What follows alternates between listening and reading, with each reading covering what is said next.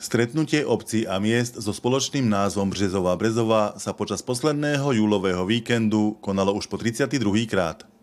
Pripravila ho Březová u Karlových Varů a z Českej republiky sa stretnutia okrem domácich zúčastnili zástupcovia obcí Březová u Zlína, Březová u Hořovic, Březová u Uherského Brodu, Březová u Úmonína, Březová u Vítkova a miest Březová u Sokolova, Březová nad Svitavou a z jediného slovenského zástupcu Brezovej pod Bradlom.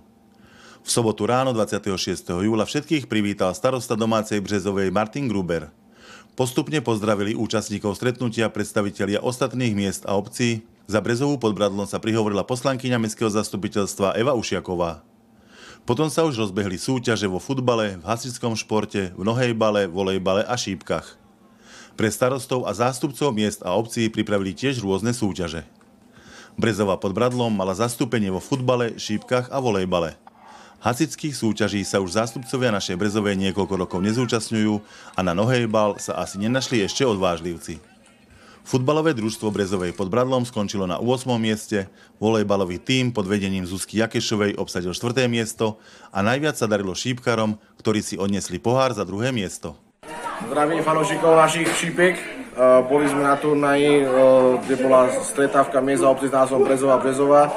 Hralo sa nám dobre. Dostali sme sa do finále a narazili sme na domáci tím, ktorý bol dobre pripravený, o troška lepšie než my. A bohužiaľ po pár prehratých zápasoch sme to 5-3 prehrali, ale tiež si myslím, druhé miesto je veľmi pekné. Takže ďakujeme fanúšikom a vždycky nám fandíte. Budúci, už 33. ročník stretnutia miest a obcí so spoločným názvom Březová Brezová sa uskutoční v posledný júlový víkend roku 2026 v Březové u Zlína.